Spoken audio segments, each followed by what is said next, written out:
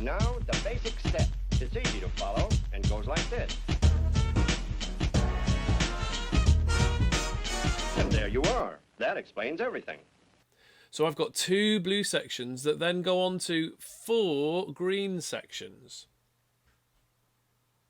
Now, as you can see in the green section, I have some endings there.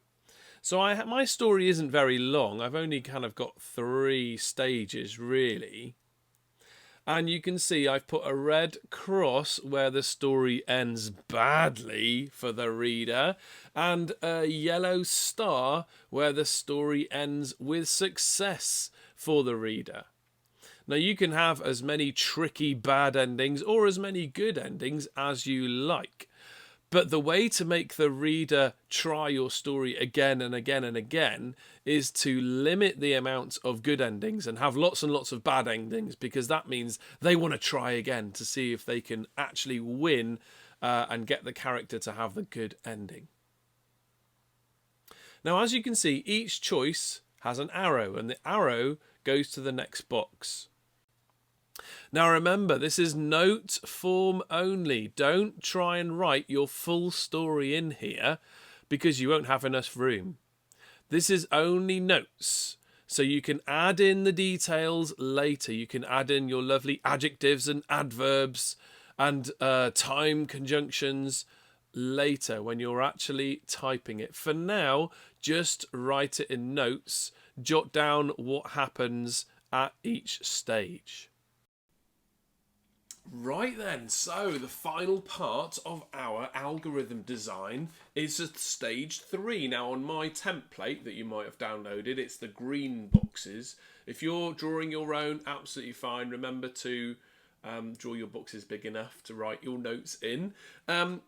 So here we have our stage 3. Now, because our stage 1 had 2 choices, we needed 2 boxes.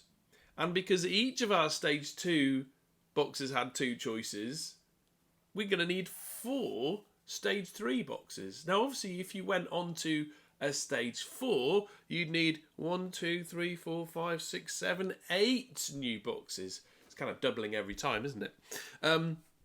So you can make more boxes if you want and just draw some arrows. You can flip it over and carry on the other side. But just make sure you're clear and you write the title of the exact same words as what the choice was before it that got you there. And that will really help you later on, trust me.